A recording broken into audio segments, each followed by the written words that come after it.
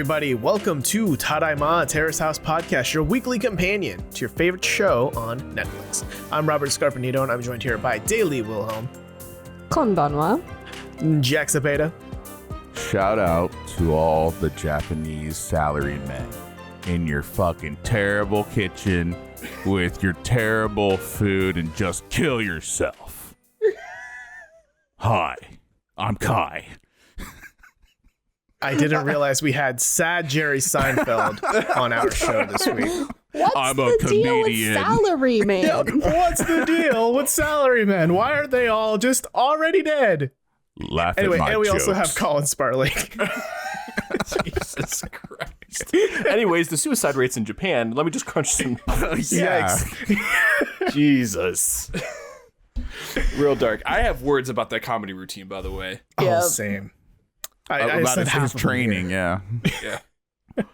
Yeah. This week, if you haven't guessed it yet, we're talking about episode 29 of Tokyo 2019-2020, about love. We're talking about love this week.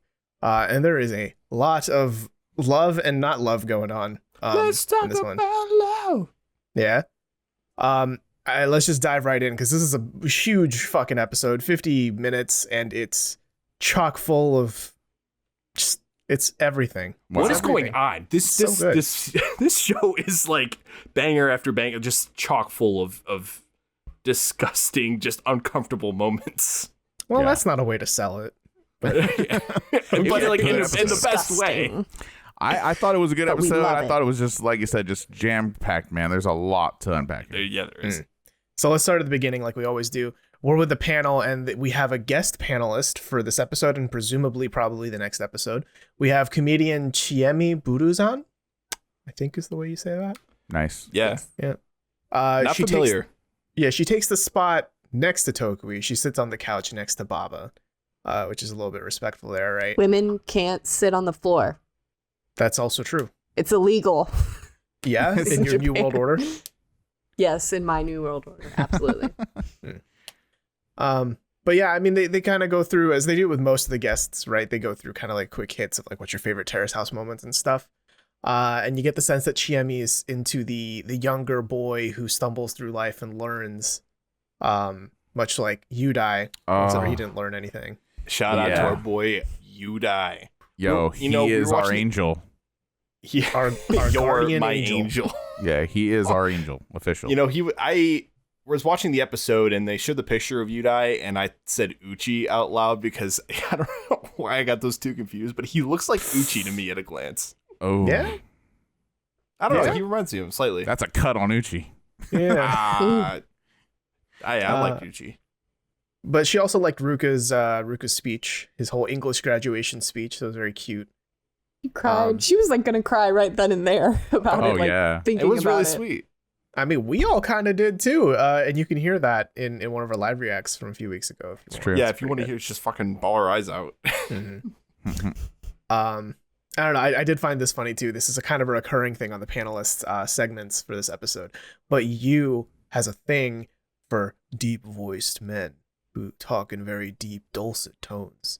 And the first bit of evidence we get here is that she divorced two deep voiced men, implying she loved them at one point. Kai, you're next. Oh, Yeah, Look out. she's got her eye You're on on Kai. the list. Yeah, I wonder what happened. Is just like those dulcet low tones. Is like it's hitting to a point, man. You're speaking so low, I can't understand what you're saying. You're like hitting the brown note here. Gross. I feel like also later on in the episode, she says that she doesn't even care if he's not funny. And I think she said she might even prefer him not to be funny. And this is, I kind of brought it up here at the beginning, but it's just like, he said he just kind of stumbled into doing stand-up about 5 months ago. And, you know, I brought this up previous episodes of ours, but it's just like, okay, based on the 2 times we see him practicing here, I gotta admit, I'm kind of worried because I expected it to be funny. I don't know. I just expected to laugh. But when he was talking, it was just like, whoa, no, he hasn't done that in front of anybody yet. I get the sense, you know, like if he would just go and do some like open mics and just that's where you really got to like, you know, test yourself as a comedian. Just get out there in front of it and see how people react. Because I don't think that you can be a good judge of what's funny until an audience responds first. Yeah. Yeah, he's when we actually jump into the episode proper, he's kind of pacing in the playroom, and I like that he actually like moved the pillows on the floor so that he could properly pace around.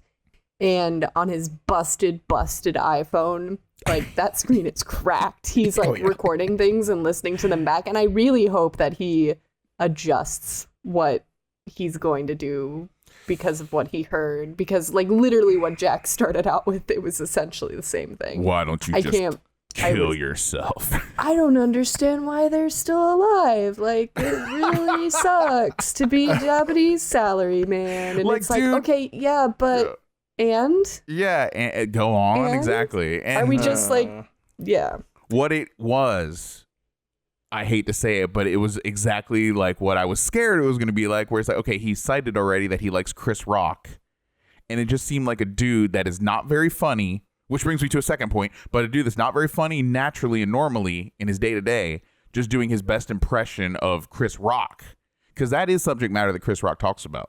You know, that kind of just home life, going home to your wife after a long day of work and stuff. That's totally Chris Rock's wheelhouse. And so it just seemed like he was doing an impression of him there in the beginning, but it didn't seem to come from anything. I don't know. It was weird. It wasn't funny. And that, I guess, real quick, that's like the thing I want to bring up. Like, when you know a comedian, when you know someone that's doing this professionally, they're just funny going out to the grocery store or going on a drive with them. They're just funny naturally, you know, sitting down, having food with them. He's never done anything or said anything funny. He's kind of like a bland personality in the house so far. I mean, we don't know him that well, so maybe it's too early for me to call that. But you know what I mean? Like, he hasn't made anyone laugh yet naturally, I feel like. I kind of don't agree with that. I don't think comedians are always funny all the time. You think he's funny? No, I don't think he's funny. But okay. I think to assume that a comedian is always funny, that leads into that slippery slope of, oh, you're a comedian? Do a joke right now, man. You have to just do it like right on cue, right? Because you're always funny. Like, that's not how it works. A good comedian observes their everyday life and finds the funny in it. I think that's what he's attempting to do. Obviously failing pretty hard, but keep in mind, this is like the first 5 months. Like, I'm willing to bet most major comedians you can name off the top of your head did not perform very well in their first year or two, unless they were extremely lucky. It takes a long time. And granted, like, usually when I see my favorite comedians, they're at a talk show or they're on or something like that. But I have also listened to them just on like normal podcasts. And like, there's just usually they're not just boring and bland for like hours at a time, you know? So I'm just thinking that based on what we see on Terrace House, Kai just doesn't seem like stand-up comedy is really like suited for him yet. Just on what I've seen, he's like a heartthrob, you know, and he like has a deep voice when he speaks Japanese. It gets higher when he speaks English in this episode, just like Armand. But like, I always had like worries when he said that he's only been doing it for 5 months, I guess is my point. And today, this episode 29, I'm really worried now. Yeah, I'm with you, Jack. I was not very impressed at all with his stuff. And I think that knowing that he's only been doing it for 5 months, and based on his sort of personality and what we got from his intro interview too, he comes off as this sort of like laid back, chill sort dude. Of guy. Yeah, and which isn't a bad thing, but it seems like that makes it come across as this is something he decided to do on a whim, because he's like, I don't really know what to do. Oh, I like comedy. I'm just going to kind of roll with this for a while. Not saying he can't be successful in it, because he is still pretty early on.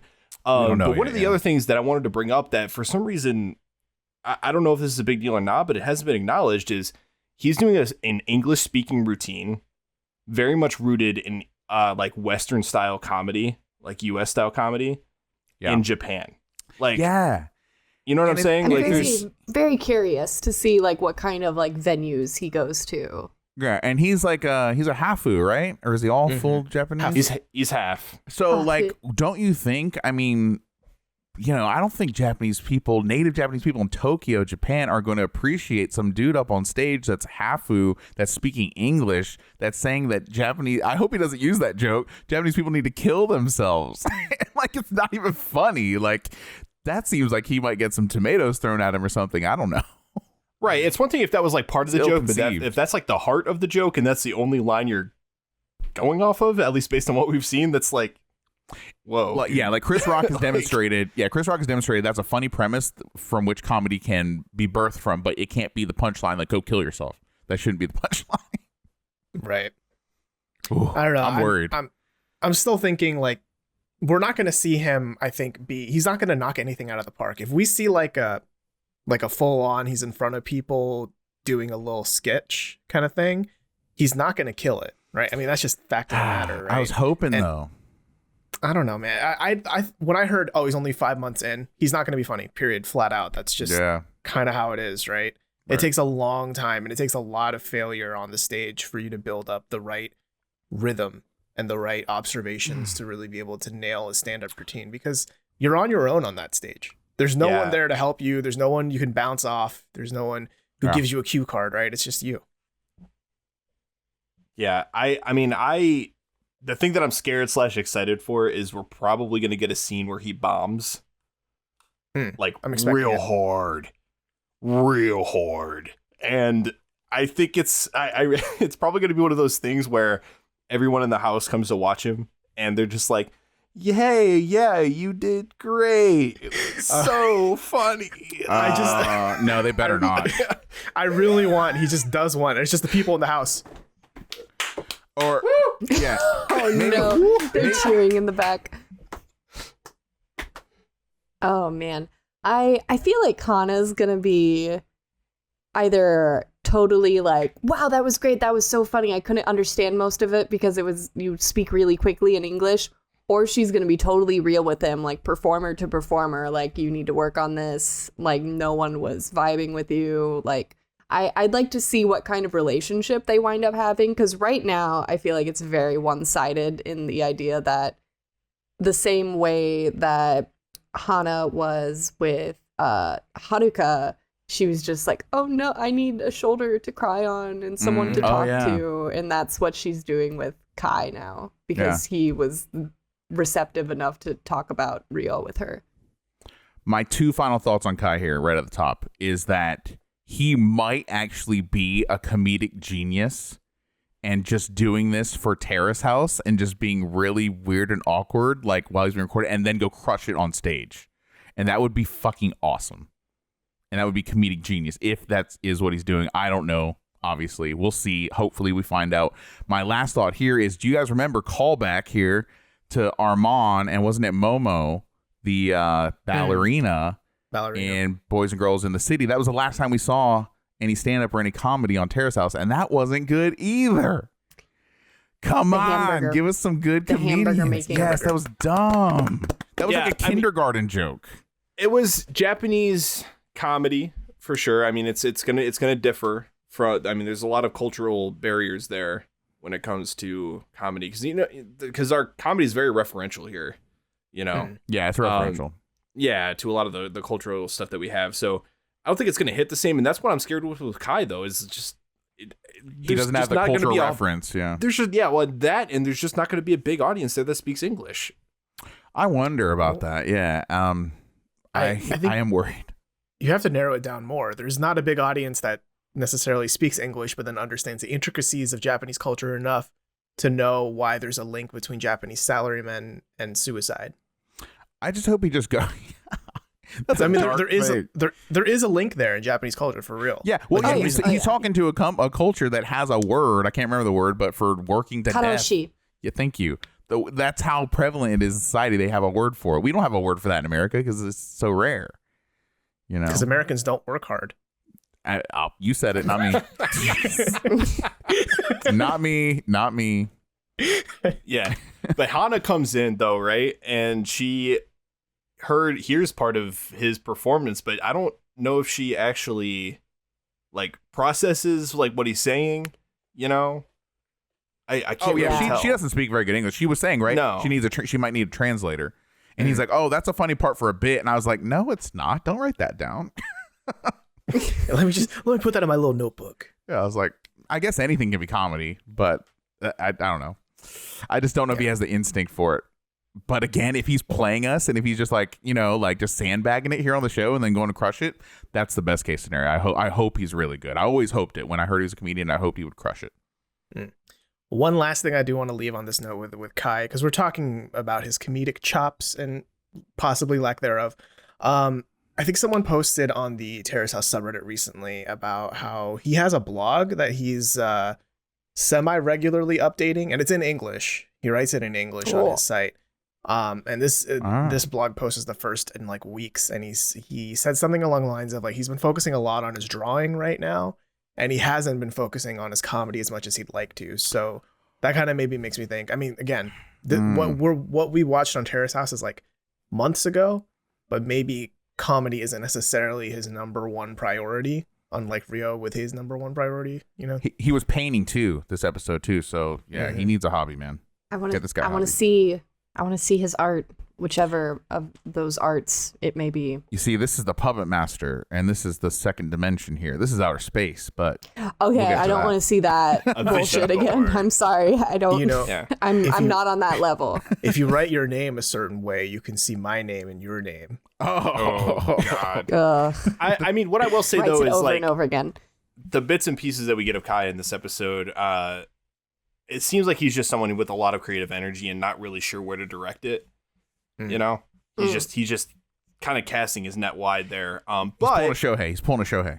Yeah, but what I will say is after Hana walks in, we do get a very large bit of flirting from Kai to Hana. For sure. No, that happens later. Is that later? We'll get there. We'll get there. there. Oh, I got him mixed up. Yeah. Right. Next thing here is we're in Ginza in the Ginza Garden Farm, where Hana gets some drinks with her two wrestling girls, Konami and Jungle Kiona. Ooh. I love that. Okay, so this is where Hana gives a lowdown of, it took Vivi 3 days to basically override my 1.5 month relationship with Ryo, so at least she knows, right? Ouch. And Jungle Kiona comes in. She comes in with one good piece of advice and one really bad piece of advice. The good one is you're feeling both pain and love right now, but you'll regret it if you run away because of the pain. I think that's fine. If you run away from love. Yeah. Did y'all have to dissect that, or can we go on to the really bad advice? I didn't have much to say about it, honestly. Yeah. I thought it was... I mean, she is going to ultimately. I think I said that in the last episode. Like, if she doesn't get this, like, a firm, like, no, then she's never going to be like, what if, though? What if? She's going to have that in the back of her head forever. And I just appreciate, like, overall, I want to say, I appreciate that no one, neither Hana nor her friends nor anyone else ever seems to, like, be like, Vivi, that bitch, like, stealing my man. It's never like no a competition attacks between them. There's no personal attacks here. It's just like, I needed to get his attention sooner, and now someone else is there. I don't blame them for also liking him because I like him, and there's a reason for that. So yeah, well, I'm glad to see it not devolve into that cat fightiness, because that was a concern certainly a few episodes back. But you know what might get Ryo's attention, guys? Just sit next to him, sip some water. Oh man. And then put your glass down just a little bit closer to his glass. And if he drinks water and puts it closer to yours, he's totally into you. You're going to get married, have kids. I actually don't think it's terrible advice in the beginning here. I think it's a little too late for that, though. I think she is just trying to confirm her fears that he isn't into her anymore. You know, that's one way to go about it, but it's definitely not foolproof, but it's like subconscious. Because I definitely think that I would put myself in Ryo's shoes in that scenario. If someone was doing that to me, like if somebody that I didn't really want to be physically close to was around, I would keep my cup to myself. But if it's like your sitting posture too, it all translates. Like if you're leaning back, if you're kind of far back, if you're standoffish and just like, you know, distracted, you're not really into the conversation, right? But if you're leaning in, if you're forward, you know, like they tell you to be in a job interview, for instance, you're engaged with that person, you're probably gonna put your cup closer to them just because it's easier for you that way, you know? So I can kind of see the logic from that advice, and it's so tragic when it plays out later. Oh God, Hana just strikes out, and then strikes out again. Yeah, this episode, she's out, man. Yeah.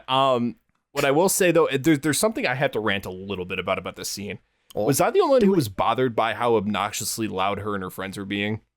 Like in that restaurant. Could you imagine being in that restaurant and you're like sitting in the corner eating your steak or whatever, and all you hear is like just like screaming and yelling, and then you're just like, I just picture someone in the I don't know, man. I mean, it's girls' night, dude. I think they were just being themselves, and they're big personalities too. So I did think they were loud, but it didn't bother me. Also, I wasn't in that restaurant trying to have a romantic conversation. Who knows? They're probably, I would assume, with Terrace House, it seems like when they go out to eat, they're kind of cordoned off from big crowds. That's true. I was just thinking, like, if there was a group like that in a restaurant and then somebody else was there, I mean, would they be bothered by the noise? But also, you don't want to be that guy like, pardon me. You know, you don't want to be that guy, man. You just got to match the energy. I'm over here trying to eat my steak, and your kid's over here screaming his head off. Yeah. I mean, especially because all three of them could probally beat the shit out of anyone. Totally. Oh yeah. No, yes. Nobody's. I work for the governor. What's your name? You're not going to have a job tomorrow. Oh my gosh. Although they would never say that they're female wrestlers, they would say instead that they work in entertainment or I forget what the other one is. Family business. Family business. I loved that. That was really funny. I took over the family business. Yeah, it's sad in a way. Now here in the West, I've noticed, I don't pay that much attention. Maybe you guys can elucidate me here, but I find that female wrestlers are typically dating male wrestlers too. Someone in the same field, someone who might, be able to wrap their arms around their broad shoulders like Hana was hoping for, And so that's typically what happens. But it seems like in Japan, there's female wrestling. It's very much its own thing. And then there's male wrestling, very much its own thing. They don't really come into too much contact together. Maybe they should. Maybe they should. Insofar as I've seen, though, the fact that Hana's a professional wrestler, I don't think has affected her prospects at all. I don't think that that's something that's like the thing that's holding Ryo back from liking her. I think it's more she's kind of naive for her age. She kind of has a very girlish personality when it comes to love Definitely. And confessions. So, and that's just not what he's into. But I don't think it's that she's like a wrestler that people are like, ugh, I'm put off. She does. She thinks that though. I 100% agree. I think it's because she's a little bit immature is the kind of vibe I get. Like when Kiona laid out the whole plan, the master plan, this crazy heist plan to just put cups together, Hana was like, "Oh my god, that's so erotic," and I'm like, "Hold on, the word. Okay, hold on. Like, are we still in high school? What, cups get 2 inches apart? No, I can't. Gotta have at least 6 inches for the holy water. Yeah, banish the thought." So I guess I'm just sad at the whole situation because it seems like all three of these ladies have negative experience with saying what they do. They have to come up with like secondary explanations to it or just beat around the bush or just not even confess it. Hana said she even does that to guys that are just friends. It doesn't even matter if she's romantically involved. And I just guess that's sad. And I don't know Ryo that well, but he does, I hate to say it, but he does strike me as the kind of guy that it would bother him, whether or not he would admit it. It's just what I gather from Ryo. I don't know. And what we know from this episode, he's just trying to dodge her. From trying to get a date after the Lion King or whatever. He's trying to just skirt it off, but it's a lot of factors, but I guess what I'm saying is that it's not helping her, being a female wrestler, I guess, as well too. Sad to say, and I just think that's wrong. Yeah, I mean, but I will say though, it's not like you look at Hana and I mean, I don't know, I mean, she may be a little bit more fit than the average person, but it's not like you look at her and just instantly think pro wrestler. At least I don't. Yeah, I think like dancer or professional entertainer or something like that, especially when she had the pink braids. I mean, it's the same with American female wrestlers. Like, if you look at them, it's not like they're all, like swole or anything. Usually they're very petite frames as well. So it's kind of like, it's kind of hard to say. You blocked me on Facebook. Prepare to die. Yep. I forgot that was my theme song. It took me a second. That's her theme song. Yo, do you think Ryo blocked her on Facebook by now? Like in the real world? I don't know. Hopefully not. Hopefully they're friends. He didn't go on this date with her today, but who knows? He's probably gonna let her down. Actually, now that I think about it. I mean, so we go to the shitro, and then after the shitro, let's just talk about this really fucking long, awkward scene because it's rough. We have Topaz and Hana and Ryo. They're in the kitchen, right? And they're just like Ryo just comes home, and Topaz and Hana are making like omelets, right? And then Vivi comes down, and this is where the fun begins. Because they all sit around the kitchen table to just chat, and some of them are eating. And you notice Hana, she goes to get some water, and she asks Ryo, "Hey, Ryo, do you want water?" and she's ignored. And then she's like, she doubles down like, hey, Oh, seriously, yeah. Hey, do you want water? Lovebirds, Because break it up. Because Break I'm it up. I'm gonna do a thing with cups later, and it won't work unless you don't have a glass of water. Yeah, get this You water. need to drink water. Let me was make pretty- a move. That was pretty funny. And she was like annoyed looking too, her face, when they were ignoring her because they were talking about glitter on his forehead or something like that. I will just say, I Glistening. thought Vivi, I thought it was a good look. The black leather jacket. I liked it. I liked the Mickey Mouse shirt. She was looking like she's there to flirt because I guess no one's seen Ryo for a long time. They all missed him. And like this whole conversation beginning was just about how bad they missed Ryo. Everybody, the guys, the girls, Mr. Popular. Mm-hmm. And he smells good. Yes. Oh, I mean, you could just gets brought tell. up a lot, doesn't it? You tell by the way he walks. You know, he smells good. Yeah. But Hana then sits next to him, puts her glass right next to his. Well, not very close, but you know, there are a lot of camera shots of this that are just of the glasses. It's like so apparent, you know, what's happening here, right? And all while this is happening, the discussion about, hey, Ryo, what are you doing tomorrow comes up. Are you doing anything in the evening? And Ryo says no. But actually, yes, Lion King the musical, but it starts at 1 and ends at 3. Like, it's just so... He's trying to be delicate about it, and he's not at all. Yeah. No, yeah, wow. Yeah. It's one of those things where you want to like shake Hana and be like, read the room, read what's happening. But in her defense, right before the whole awkwardness happens, Ryo is very interested, and he's like, oh my gosh, show me your nails. Show me, like, you just got your nails done. Let me see. Spread them out. I want to see. And it's like, it's those little things that I'm sure she holds on to, because he is a really nice guy, and like they do have a good rapport. So I think it's that stuff that overshadows the awkward, like, I probably can't go to dinner kind of stuff that is why she's still doing what she's doing.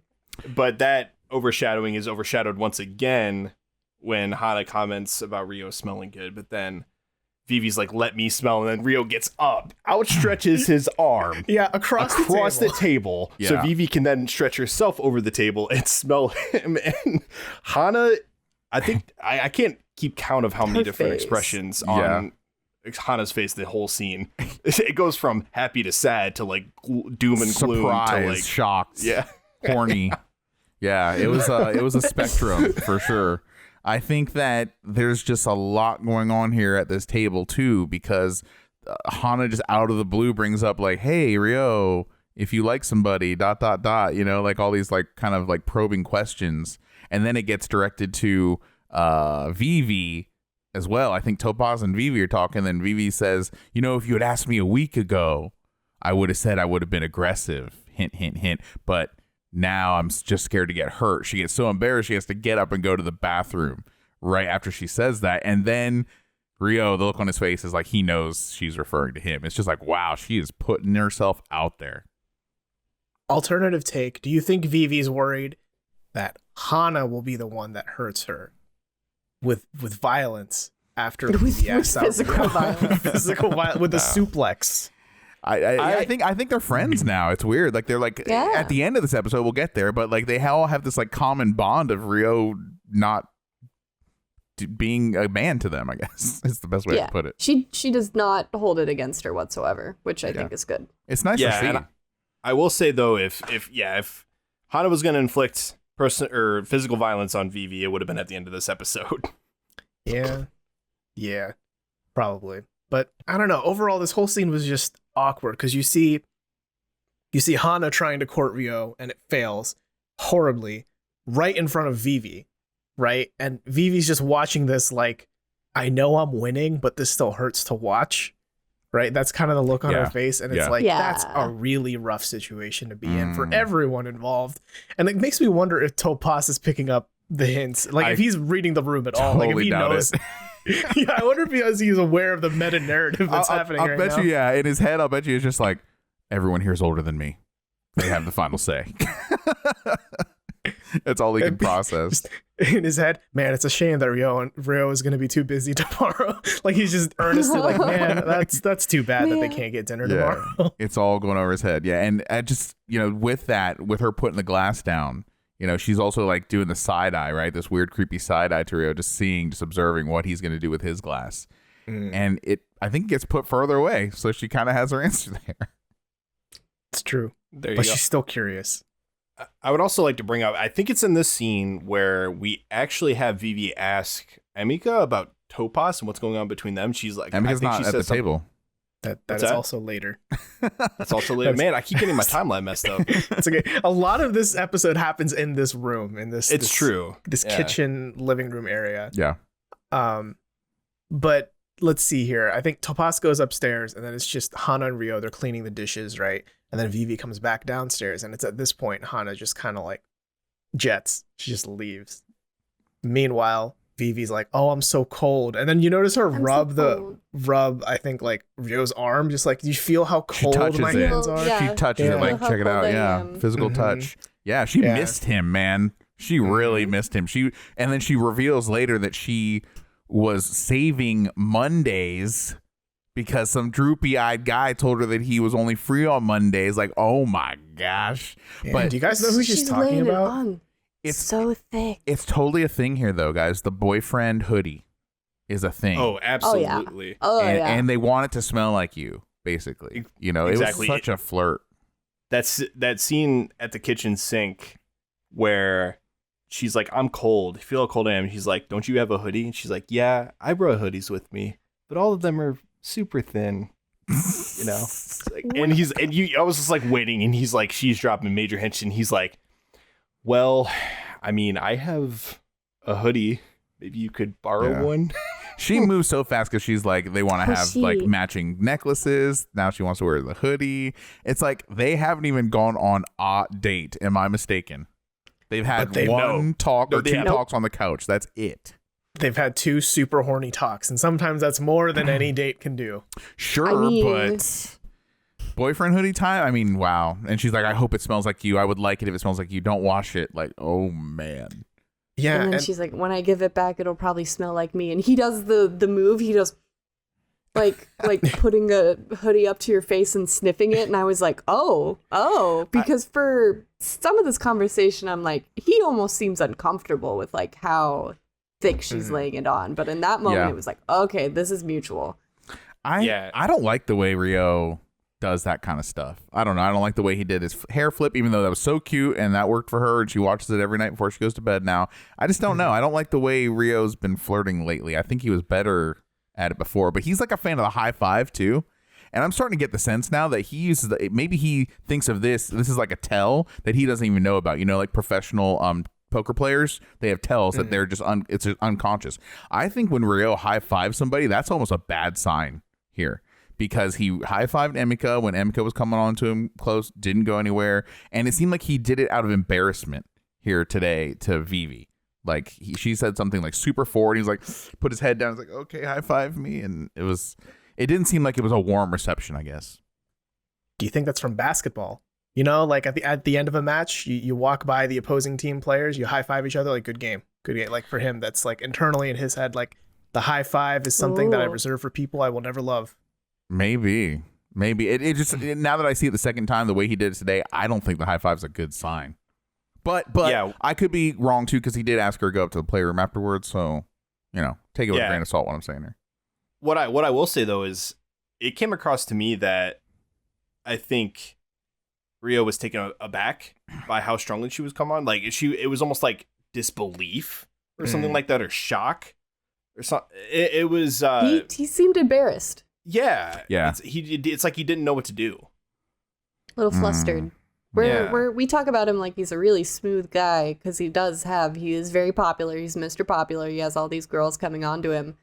But maybe he doesn't know what to do once like a girl is coming on to him and he actually wants to reciprocate that.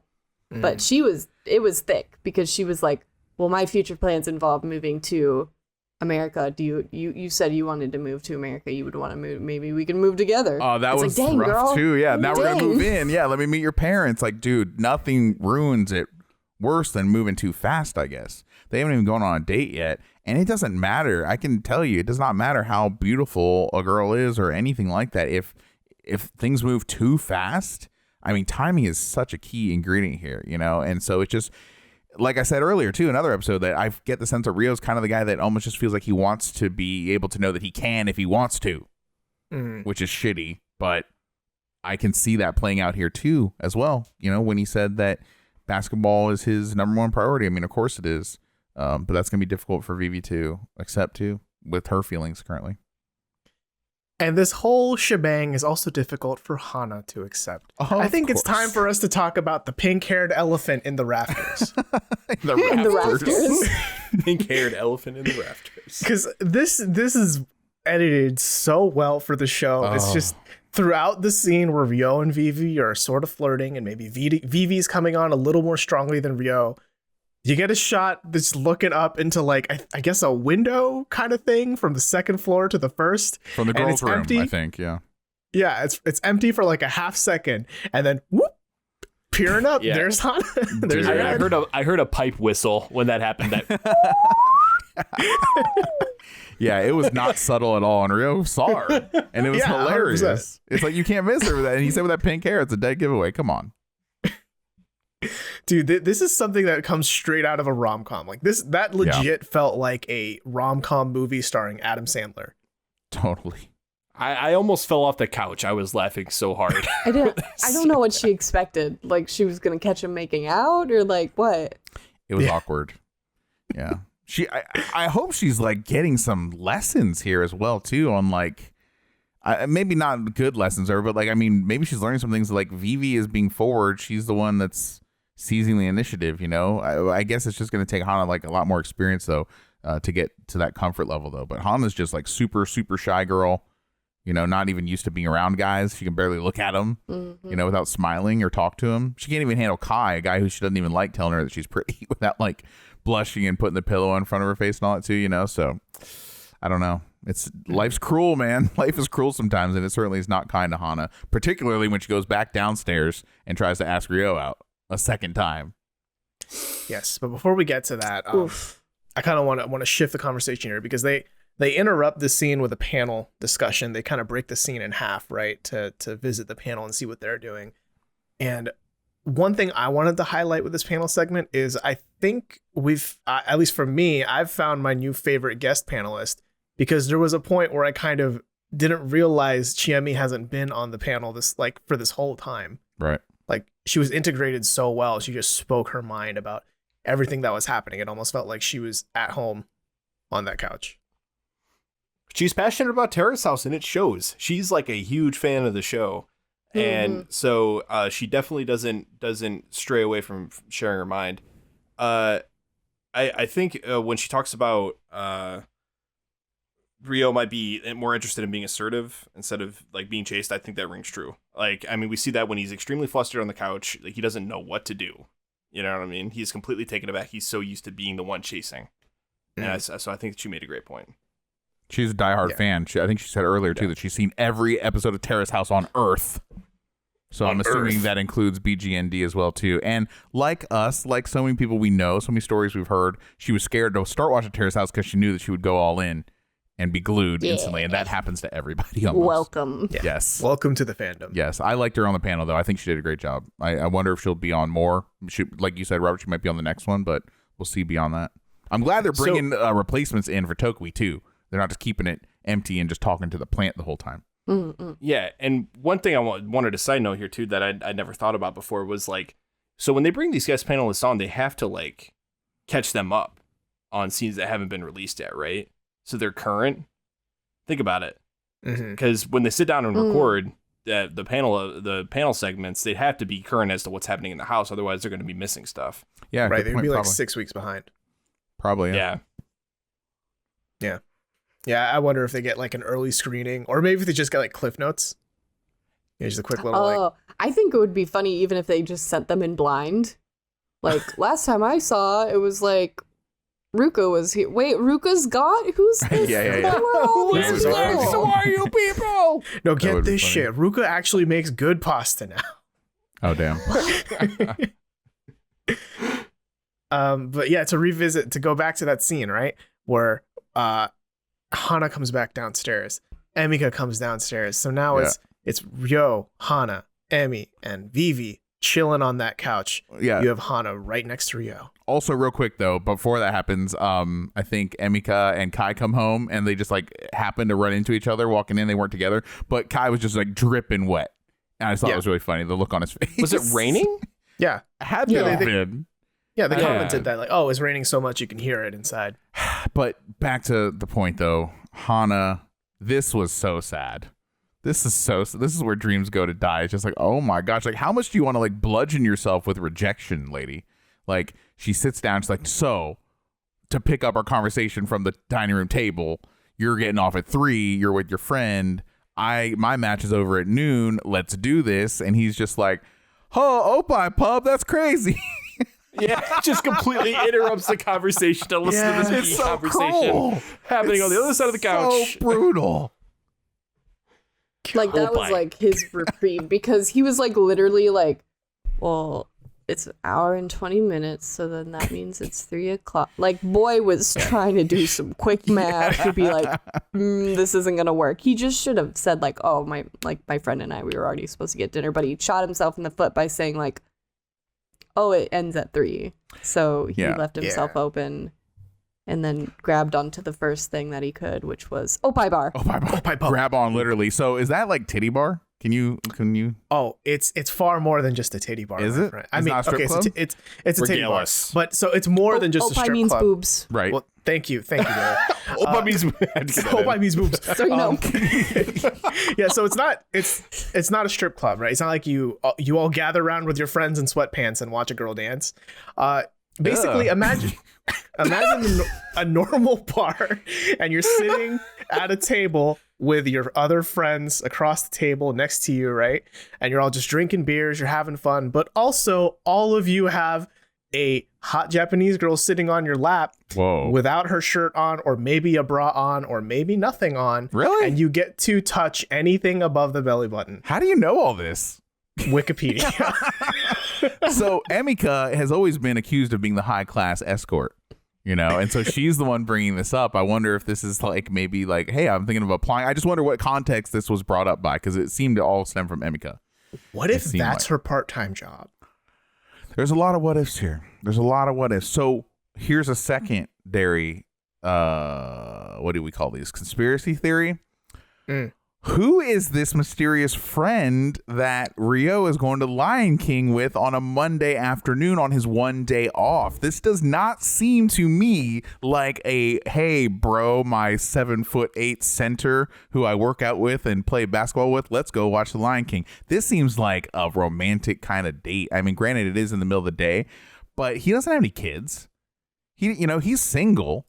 Imagine what this man's DMs look like at this stage of Terrace House. He's got to be having every single Japanese and maybe some married Japanese women throwing their asses at him in his DMs. You don't know what this guy's doing outside of the house. He's very keen on not going on any dates with Hana or really Emika anymore. And it's questionable if he wants to do it with Vivi at this stage. We'll see, because they never went on that museum date, and I was hoping for that, and maybe they will. But that's my thing. It's like he might be dating outside of the house. This doesn't sound like a homeboy Monday. That's illegal. I know. You can't do that. Yeah, Terrace House will They arrest banned you. that after Taka. This is terrible. But I think I'm going to marry else asking this that girl. question? Like, what are you doing? Lion King Monday, 3 o'clock. What if he just likes musical theater, man? Ryo's a multifaceted dude. Dude, He could like a lot of things. He likes museums. he seems like cultured. a playboy to me, man. Mr. Popular. He seems, especially at the end of this episode when girls are literally crying about him. I don't know, man. I think, I don't know. I want to believe he's just kind of stumbling into it. I really want to believe that. He seems like a genuine enough dude. I don't know, man. I have my doubts after this episode because, okay, so he basically shuts Hana down again for like a second time in a weird way. She gets a hint. She goes upstairs, right, with Kai to talk in the playroom. And then we have one of the most flirty fucking, even they're cranking up the heat even more, or at least Vivi's trying to, with Ryo, saying, I look forward to you coming home. I mean, what other quotes came out of this scene? She's basically like throwing herself at him, and I was so disappointed in his reaction, just like Tori-chan, just like you. I was like, what the fuck, dude? She's sitting there pouring her heart out to you, and you're just like, I feel sleepy. But at the same time, that's a lot, dude. They have not been out on a date yet. She is throwing a lot of feelings and stuff at him just from a few talks they've had on the couch. But it's unless there's more here that we don't know about, like that's no matter who you are, that's just a lot. I guess I just wish that they had some kind of date on the docket, on the slate. I can't believe they don't have something on the calendar yet. Like, I do think Vivi is moving a little bit too fast. Like, I don't know how I would react to if somebody was throwing themselves at you like that much, because it is disappointing when it's just like too easy in a way. You're like, oh, well, I guess this girl just really loves me. Like, she's basically confessing here on the couch here. And so maybe he's like, I'm only speculating here, but maybe he's like getting disappointed. Like, oh no, don't be like one of those. Don't be like all the other girls that do this. I want to like you more. I don't know. It's possible, I guess. I don't know. I think with just how strong Vivi's coming on, I think that it reached a point where, like, you know how you can never drink too much water, but then once you do, you're drowning and you die. I think that there's yeah. What? Okay, there's a point. Yeah, there's a point where you're flirting a lot and it's like, oh man, this girl's into me. And then you're flirting too much. And then you're like, okay, what's her damage? You start to think, is there something extremely wrong with me, or something is wrong in this situation and I don't feel good about pursuing it right now. I think that's the situation Ryo might be finding himself in. And I think part of it is because it seems like to me that Ryo is really awkward around feelings, or lest we forget, like on top of all of this, she very much compared him in a lot of different ways to her ex. Mm-hmm. You're like my ex. That might be uncomfortable. That might be a little much for him at this stage. Mm-hmm. And I'm wondering too. No, go ahead. Yeah, no, I was just gonna say that I wonder if that's kind of what's giving him the stoplight in his head. You know what I'm saying? Like, hey, she's doing all this because I remind her of her ex. That could be a, you know what I'm saying? Blocker. Here's the thing. They even talked about, like, it's coming up. Either it's happening now or it's coming up here in a couple scenes. But they talked about, okay, like, what are next steps? What are plans? They were talking about, like, life stuff, and I feel like that was maybe, like, kind of, like, maneuvering around to see, like, the viability of this as a date thing. And she talked about, they've already discussed, going back to America. And like Daly said earlier this episode, like, hey, you want to come with me, move in with me or whatever. That was a bit much too. But he said he had like outlined some plans, but he also said that he doesn't want to retire from basketball anytime soon either. So it almost made it sound like he's like, yeah, I'll move to America, but I can't play basketball there. So I'd have to retire. So I'm going to stay here in Japan as long as I can while I can still play basketball. That's what it kind of seemed like to me. But he did have it in his head that he wants to move to America at some point, just not play basketball here for whatever reason. Maybe he just has, reconciled that he doesn't have what it takes to be in the NBA, perhaps. Which, I don't know. He looks real good to me. Yeah, he does. I think my final word on Vivi so far is that a lot of what she's starting to say is looking like red flags to me. It's coming on strong. It's starting to look like red flags to me. The biggest red flag for me with Vivi on this whole episode, aside from the fact that all this is being said, like, how long has she been here? Not very long. But regardless of that, she's like... Like a week? That's right. Yeah, like a week. I mean, like 3 weeks, but yeah. Yeah, but she has this weird problem out of nowhere with being like, oh, wow, Ryo is really into basketball. Like, that's his number one priority. It's like, yeah, it is. It's his life. Like, I don't know why she went in here and was like, this is making me think critically now. And that she says that out loud and everything. Yeah, she does not hold anything back. She lets it all out there. And I just feel really bad for Hana almost this whole episode, because like she's gonna watch this episode, obviously she's putting out there, and Ryo seems like very concerned with like not hurting anybody. But dude, what do you think is gonna happen when this episode came out? Because Hana's literally upstairs talking with Kai in the playroom about this very issue, about how upset she is, about how he's ignoring her, but she still wants to see it through. Kai's trying to like console her and say she looks hot. No, you really look hot. You're cute. And she is. And he has really good advice for her too. Like, listen, if someone's not going to like recognize how awesome you are as a person, they don't deserve you. And that is so true. But yes, at the same time of this awesome conversation, the supportive thing happening upstairs in the playroom with Hana, downstairs now, Ryo is literally talking to the girl that Hana's most worried about, Vivi. What do you do when you got to let somebody down? Would you go out with somebody if they asked you and you didn't want to go with them? And then Vivi would say, well, and he goes, you know who I'm talking about. Oh my gosh, that's so mean. And then Vivi goes, well, yeah, if you allow me to just be honest, like, I don't want you to go out with that person. Like, whew, damn. Yeah. Damn. Scathing. That to me is where I think Vivi crossed the line in my head, where it's like, you're playing too many roles and being very greedy, right? Because you can't be flirting with the boy and then become the confidant of the boy and then cross the streams and give him advice that directly benefits you. At that point, your entire your values are compromised, right? She did say though, when she was giving advice that benefits herself, she did acknowledge that, right? And that's at least fair. But at that point, you just have to be more like, you probably shouldn't talk to me about this for very obvious reasons. Yeah, you're totally right. But then she turns around and gives someone like Topaz like great life advice. So yeah, I don't know. Because she doesn't want to bone him. Yeah, I'm just exactly. But I'm just very divided on Vivi right now, man. I really am. I'm surprised at her. Yeah, I'm surprised that.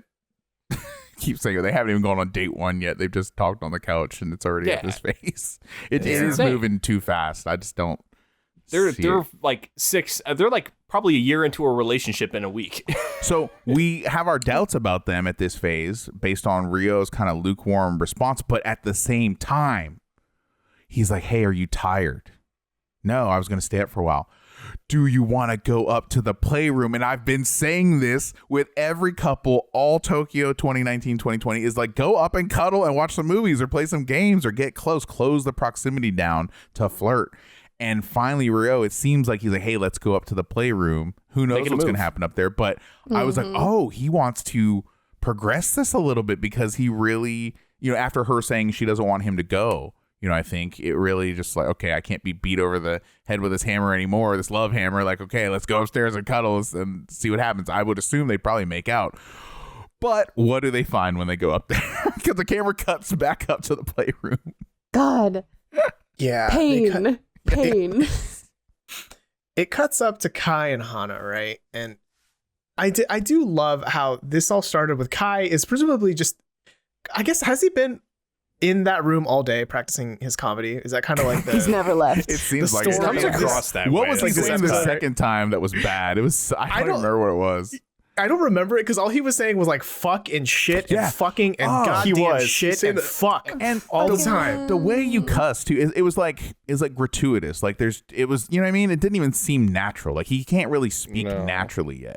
It was like, well, Chris Rock does this, so I'm gonna color by the numbers here. That's totally what it seemed like. Yeah. And like between the curses, I got vibes of something like he's talking about, and then you're with your family, and then there's a family over there eating fucking food, and I'm like, how is this funny? Like people eat food, yes, that's what happens. Like that's what food is for. Eating fucking food. Can you fucking believe that they are fucking eating over there? They should fucking kill themselves. I'm sure. Like I'm sure it's just a setup for a premise, and I'm sure we're jumping the gun here, but man, get to your point faster. It's so bad that I want to believe it's purposeful to like. I wonder, like our MacGuffin here, like this is like he's just throwing this out here, and now he's like, well, they'll see my real routine. I wonder if he's gonna start telling like the punchline and an ending to every one of the stories that he tells is somebody killing themselves. Yes. Oh no. every joke ends and then somebody kills themselves. That could be funny. That could be funny. That could be funny. And his Netflix live show is like killed him, killed the crowd. In the right hands, that could be funny. I don't know. I was half expecting him to tell Hana, it's like, if you don't think you're cute, you should kill yourself. Oh, jeez. Like, Jesus. Now's not the time for anyone to say that. No, but that'd just be a joke, That's just, it's just a joke, a funny bro. joke, man. It's just a prank, bro. He's never done anything funny in this house at all. I just don't know why he thinks liking comedy is not the same as doing comedy. It's not the same.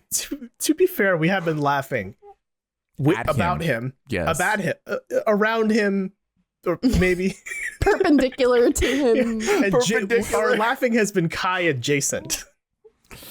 Wow. So we're laughing at gonna- him, not with him. That's Yeah. that's all you're saying. Yeah. I'm gonna reserve judgment. I want to see like the proper thing actually set forth, because maybe after that he was like, "Oh my god, I can't believe I was saying that. Yeah, That's maybe, not funny at all." Maybe he's workshopping it. Maybe I'm hoping he's going to polish it up and get his timing down and stuff like that. But he's got a lot of work to do. I hope it ain't tomorrow his routine. Yeah. He seems like a good dude, though. That's my disclaimer. He seems like a good dude. And I think he means well. I like the way he picked up Hana.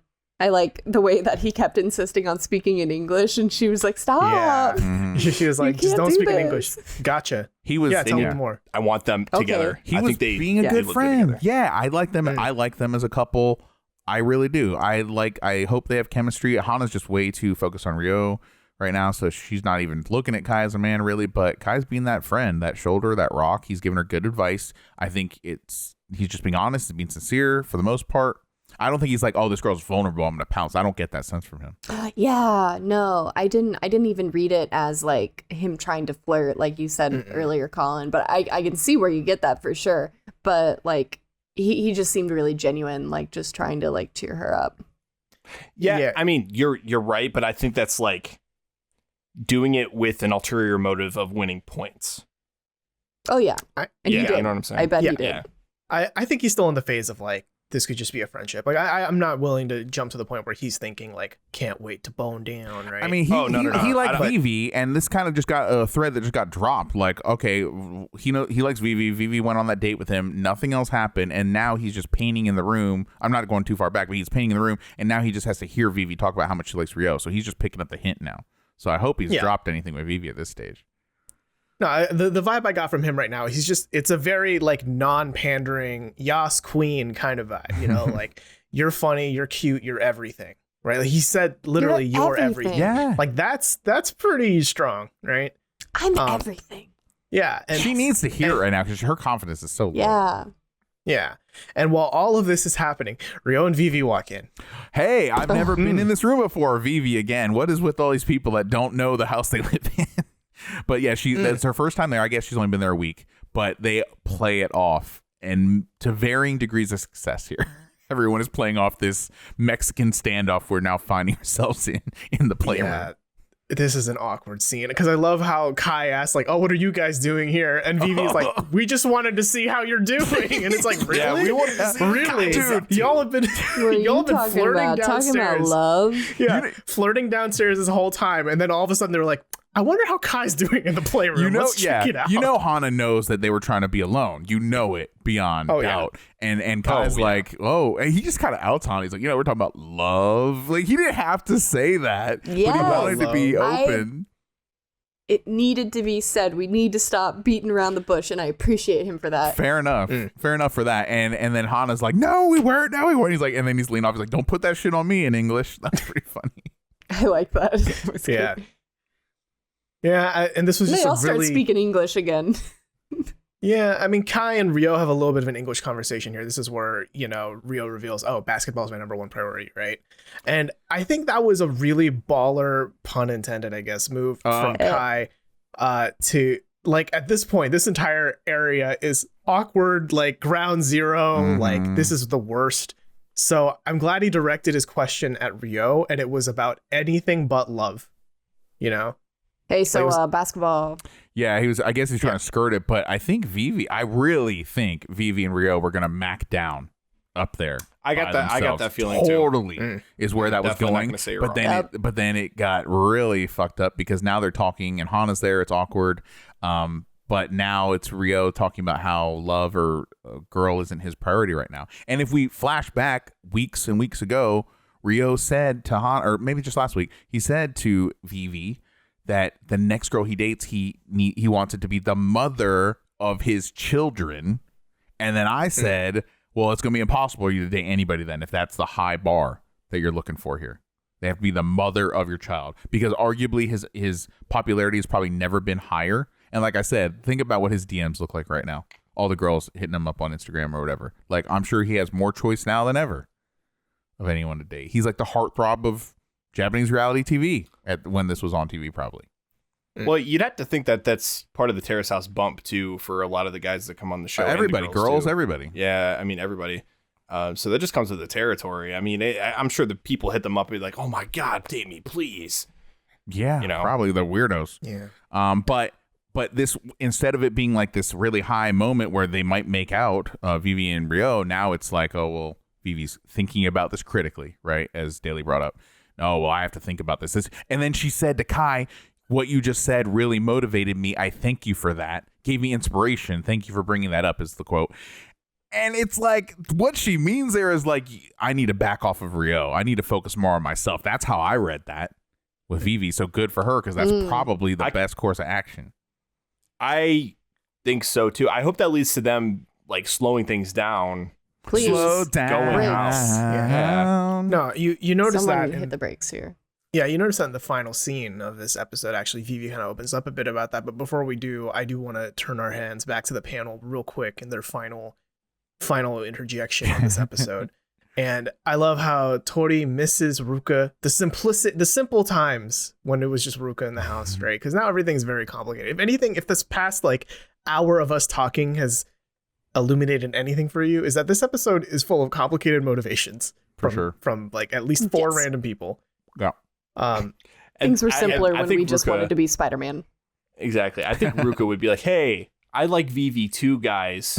Yeah, he'd be like, "I think I like Vivi now." I gotta say though, I prefer this much better to part 1. Part 3 is sizzling hot right now. This is the best part so far. Well, I will say, entertainment value wise, like this is top good. tier. Everyone, this batch of episodes. There's not very many boring people in the house left. I guess Topaz so far, but he had all last week. Yeah, so he's not boring. Yeah, like no one's boring in the house right now. Emika maybe. I don't know. She's not even that boring.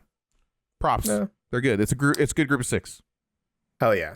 I also want someone to gif that shot of Yama when like after Yu says biscuit when she says Vivi and basket, and then Yama does a biscuit and he's like fucking jostling his shoulders. Oh man, yeah, because you're creeping out my daughter. You're creeping out my daughter. He needs to focus on Vivi and basketball, biscuit ball. I guess. I don't know. That's pretty good. I thought she said biscuit at first, like risk it for the biscuit. I guess I don't know. Risk it for the biscuit. For the biscuit.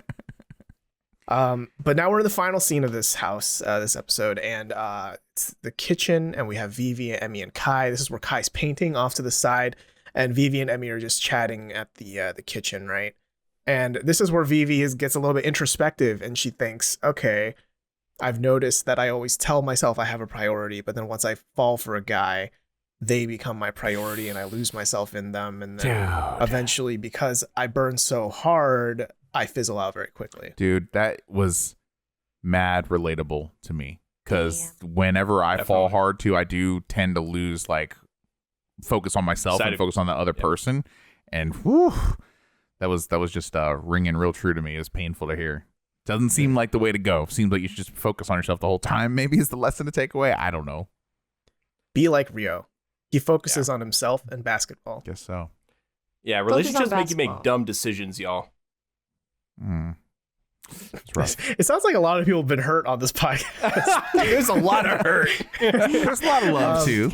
Poor Hana. Hana's feeling the hurt really bad. She needs hugs. Well, she had to get this episode. She had to get publicly rejected in a quiet kitchen with let's see, Emika, Vivi, and Kai was there, right? Doing dishes. Yeah. And she's Kai at the table. side, and for some reason she's on speakerphone. What who recommended this? Is this FaceTime? She FaceTimed him. Oh, she FaceTimed him. She FaceTimed him. Yeah, she did. Like, what was that for? Just for effect there? I mean, who would do that? I would be by myself somewhere. I might not even be in the house. I don't know. Yeah. And again, this feeds into the idea that I think Hana still likes to be the center of attention if she can. As a wrestler, that's what she does all day, every day. She's an entertainer. Maybe. Right, but like you said, Jack, she could have totally just gone up to the girls' room to do this, or the playroom, or wherever, right? And do this on her own. Yeah, she even brought up, she was like, I was supposed to see Ryo, but he hasn't texted me. Like, apropos of nothing, just walking in, like, Ryo hasn't texted me. I'm not convinced either that Ryo's not with another woman right now. I think that is completely possible. It's just his friend.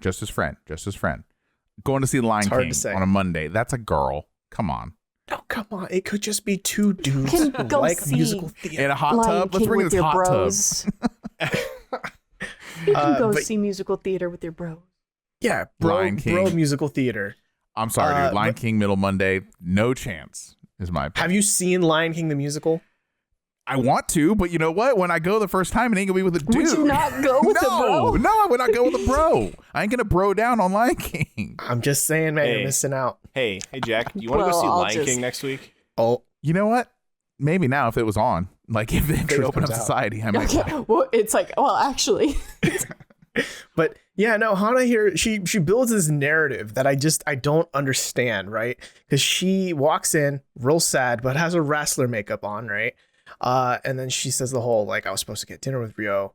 He hasn't seen my texts. He hasn't even read them. Oh, wait, I have missed calls from him. How the fuck do you notice that he hasn't read your texts, but not notice missed calls? Multiple missed calls. It happens. Yeah, what the fuck? Was she too nervous to answer and get rejected? Yeah, I'm calling bullshit here. That's very, like, maybe pay attention to why so maybe sad. She had Do Not Disturb on. That happens to me all the time. I miss shit.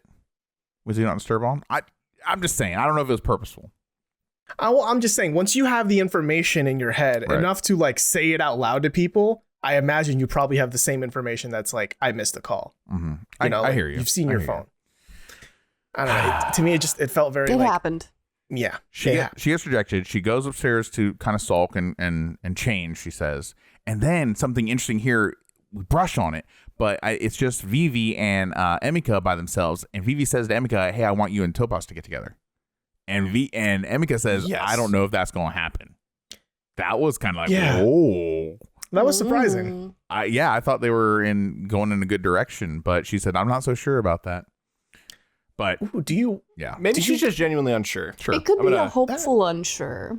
Yeah, like I don't know what's happening yet. I don't know where we're going with this. I don't know how I feel. I don't know how he feels. We'll see. Mm-hmm. But do you also wonder if maybe word got around the house that Topaz got really drunk last night and he went on this whole tirade about how he hasn't felt love before, and you think if Emika heard that through the grapevine, maybe that's what's making her be like, I hope she's not that judgmental.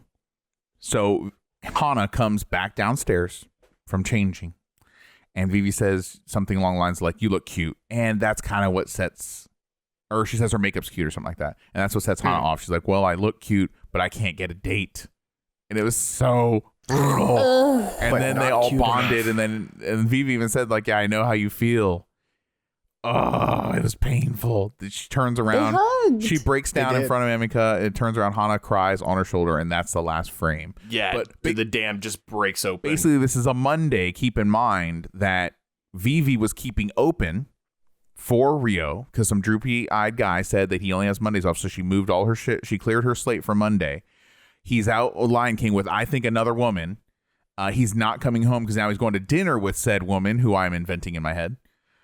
And yes. Yeah. And now this is where we lay. All three of the girls are there Monday. They were missing Ryo, and now he's ignoring all of them.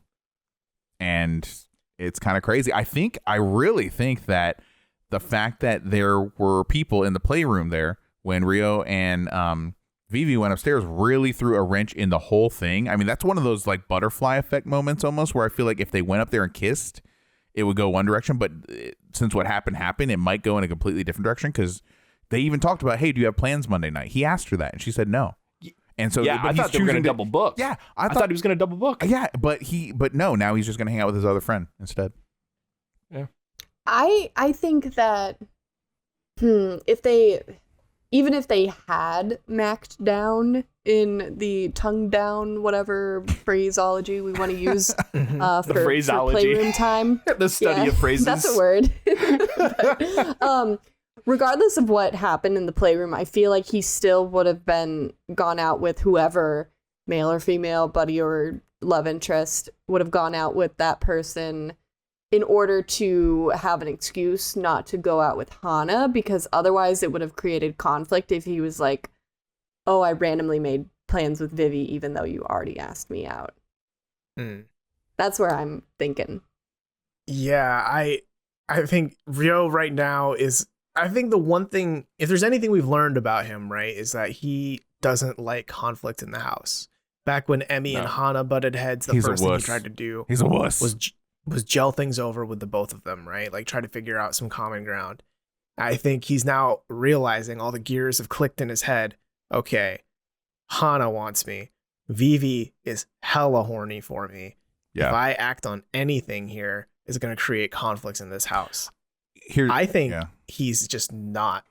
He's just going to not. I almost would not be surprised if he leaves. I'm really disappointed in Ryo, like we said earlier, that he didn't respond more to Vivi when she was saying that stuff to him on the couch. You know, I wish he had some response. A non-response was weird. Yeah. I have a revelation too. Or I guess not a revelation is not the right word, but I have a theory now. Or not even theory. What is the word I'm trying to say? Prediction? I have no. It's not even prediction. Conspiracy? I have a guess? A realization. A massive realization here. Epiphany. Yes, an epiphany. Thank you. No, just epiphany. Words. We've been podcasting so long today that I'm forgetting how to talk. But that oppai bar moment when Hana was next to him, looking at him, leaning in, saying, "Hey, when are we going out? When are we going out?" When he said oppai bar, that was his fucking Costco moment.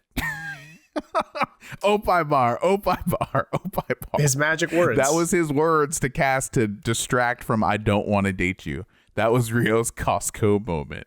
Holy shit. So we know if he brings up oppai pubs again around Vivi, it's not gonna work. It's not gonna happen. That's We'll see. his safe word for like tapping out of a relationship. Oppai bar. Yeah, he hasn't had their popcorn in a while. That one went over my head. What the friend. fuck? That one went over, way over, I think maybe everyone's I was head. really hoping somebody picked up that ball. Because, Costco popcorn. Okay, we get it now. Oh. Okay, but they don't have popcorn at Titty. I mean, I guess they might. I don't know. Do we know? Do they? Let's go find It's out. a bar. I don't They know, have, like, Robert. this- You tell me. They could have set the table with popcorn or Chex Mix. Guys, let's end the podcast now and go to an oppai bar together. Let's do it. Daly, you're coming. Nope. Let's do it. Let's go. go. With everyone. Oh, okay. I wasn't going to refuse. I don't know. This episode ends on such a weird note. I think I'm used to Terrace House not ending on weird cliffhangers, but this was just like, oh, that sucks. Yeah. That was like sobbing, ugly cry literally. into Emmy's sweater. Just What is going to happen? a lot. What is going to happen? I mean, if you asked me last week, I would have said Ryo and Vivi are fucking Boning. They're fucking. And now with the way he reacted, and really, it's, I think, I keep saying it, the playroom scene and what the conversation immediately before that. Now I don't know anymore. Doesn't seem like they're fucking anymore. Doesn't seem like it. Oh, idea. I think I know what's going to happen next episode, because the next episode's called Not Guilty. I think Samurai. Ryo's going to be the not guilty basketball player, where he's going to dip out and be like, I'm not, like, if y'all feel bad, I'm not guilty. It's not my fault.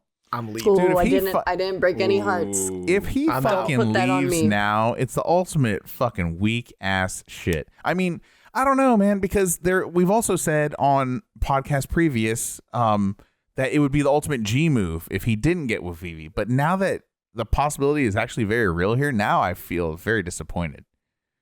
I don't know. It's strange. It's just the manner it all went down. We'll see. Yeah. But yeah, I say let's wrap up this We'll week's see. episode. We've lamented long enough on this weird episode. This was I a think massive episode, though, man. Let's end it on a happy note. Remember when Hana was peeking through the window? Wasn't that fucking funny? That was funny. That was That funny. was I cute. like the Mario jumping noise, too. I can't do it. I can't do it. Man.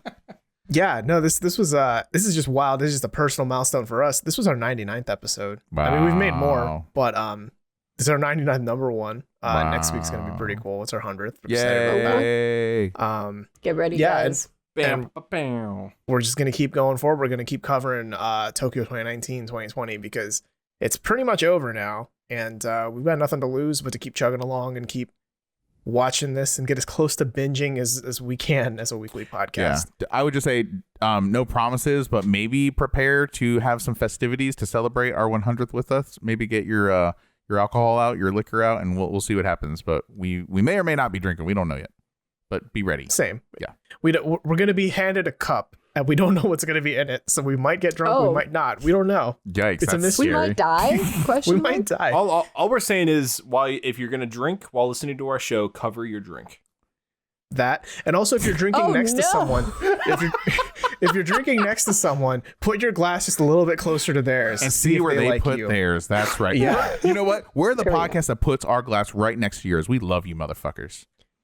I would put my glass on top of yours. That's how much I love you. Damn. Oh, damn. That's erotic. That's new erotic. tagline. But that would just make a mess. But mine would be on top for sure. If you have any questions, comments, or theories, any concerns with our show, you can email us at questions@terracehousepodcast.com. We'll be back next Tuesday covering episode 30, Not Guilty. This has been Tadaima. Thanks for listening. Itakimasu.